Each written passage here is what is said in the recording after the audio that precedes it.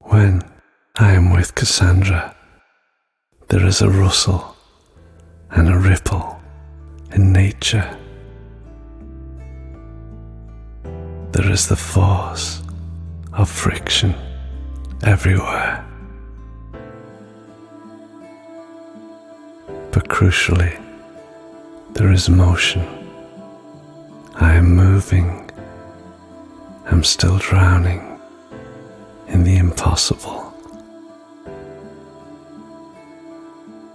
But there is a sense of freedom somewhere.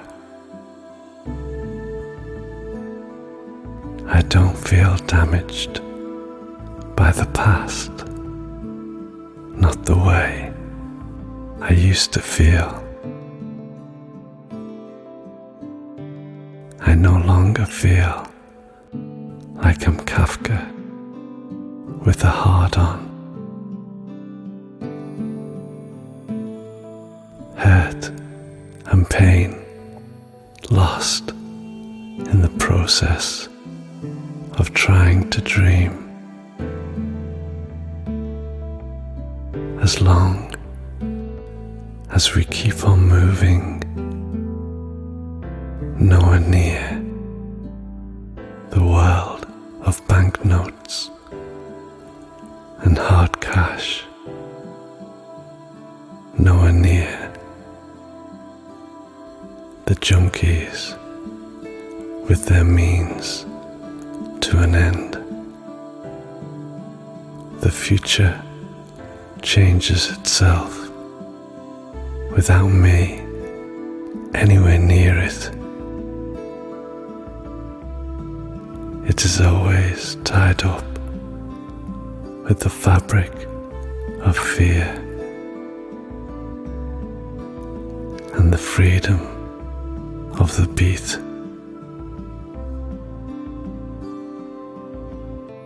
Always analyzed in the accident and the atmosphere.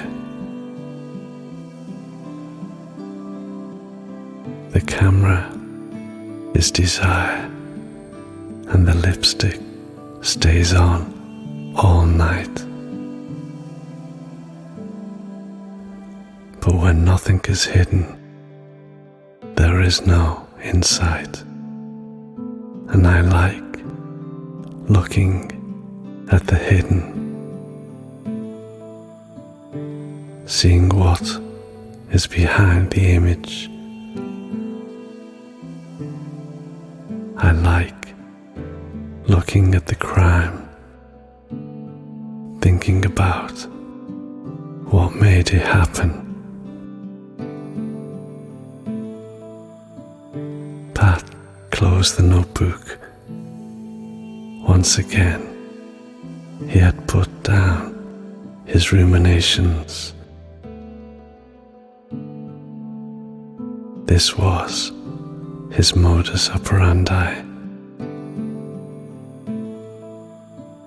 his lifeline. Still, somehow, he knew he had closed a chapter.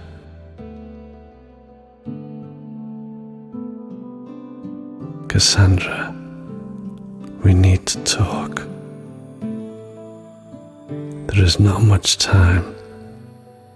Cochrane and the other agent will come back here with some proposals, and we must be prepared.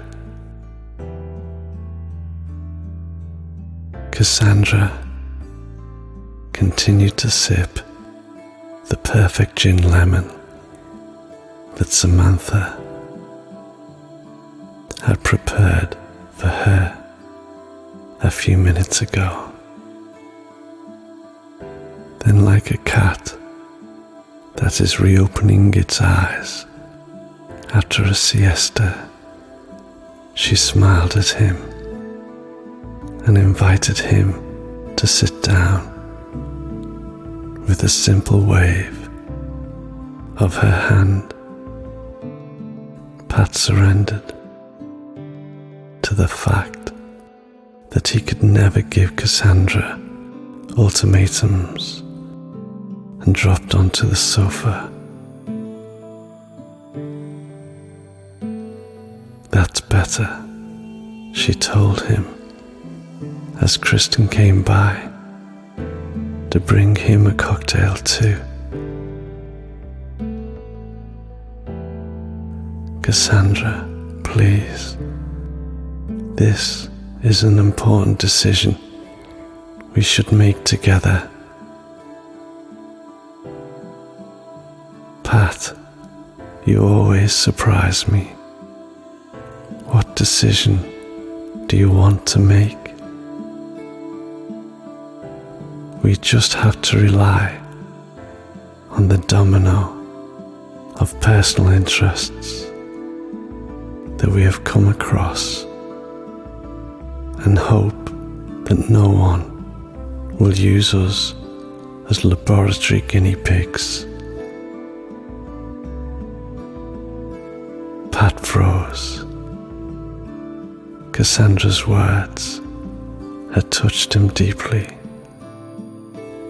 He would have expected her usual optimistic and pacifying reaction. Certainly not that resigned surrender to human feelings, from which, according to him, she must have always been immune. But no, of course, it's the Cochrane effect, he thought, almost happy at the idea that Cassandra had discovered she had a heart. Obviously, she had to do it at the worst time ever. But despite her bad sense of timing, Pat recognized her ability to grow, even in a paradoxical context like that, and he could only feel happy about it.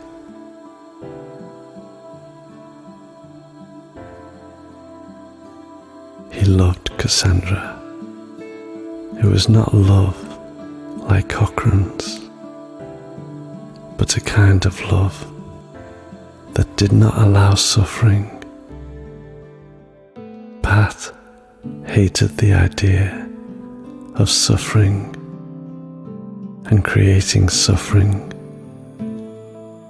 Pat didn't want to have to deal with the irrational carousel of feelings that cloud your vision and brain.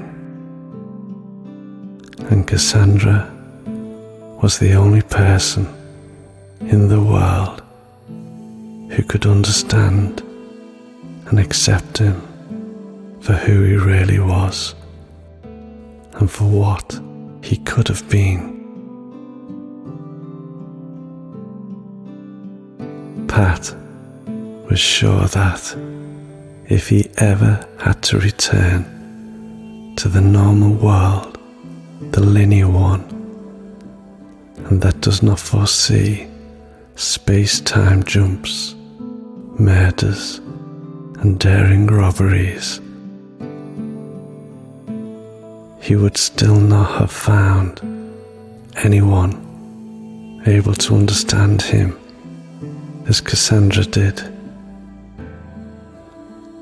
She was his consciousness unconscious, and this was the best definition he could have come up with to describe her.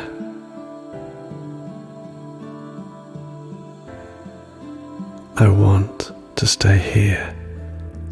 I want to stay next to Gareth," she told him, interrupting his thoughts. Pat drank some of his drink. He would have sworn and perjured that he was about to tell her that he, on the contrary, wanted to leave, stay away from all that chaos, and above all, away from his double. Then the fragile voice of Robert Wyatt singing, "At last I am free," came into his head. Instead, Pat felt that something inside him had changed. A sudden and unexpected switch, an oxygen filler, finally opened. A boulder on his chest that had disintegrated without warning and for no apparent reason.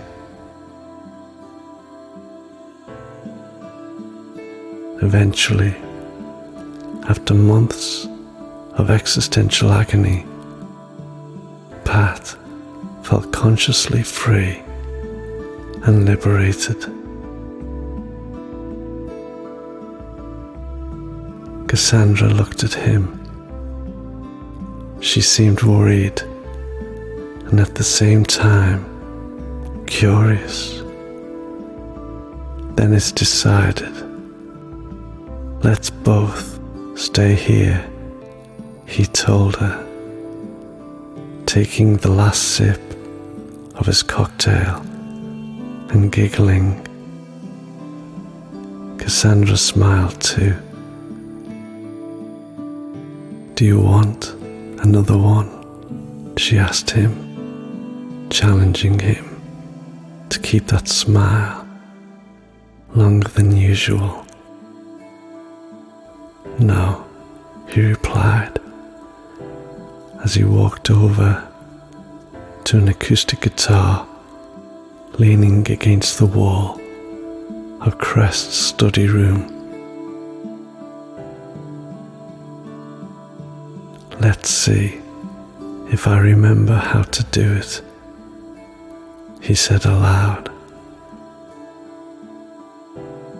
drawing the attention of Crest's assistants, Amy, and the professor himself. A quarter of an hour later, Cochrane and Carmenate returned to Crest's house, greeted hastily by Samantha, who had hurried back to the studio, back in position to chorus with Kristen, while Pat sang, accompanying himself on the guitar. An acoustic and surprisingly beautiful version of "Should I Stay or Should I Go" by The Clash. For a few seconds, the two agents remained silent, astonished by that surreal picture in which possible and impossible seemed to have found the square in a song. Pat had the voice of an experienced professional, while everyone else was singing every single word of the choir like drunk coyotes. Carmenate walked over to Cochrane's shoulder. Pat sings great. But look at Professor Crest. He seems to have fun like never before. And he also has a beautiful voice. Cochrane sighed, remembering a maxim. from Plato, a piece of paper that someone in his office posted on a blackboard. Music is a moral law. It gives soul to the universe. Then he too reached the others, and like everyone else, he began to sing.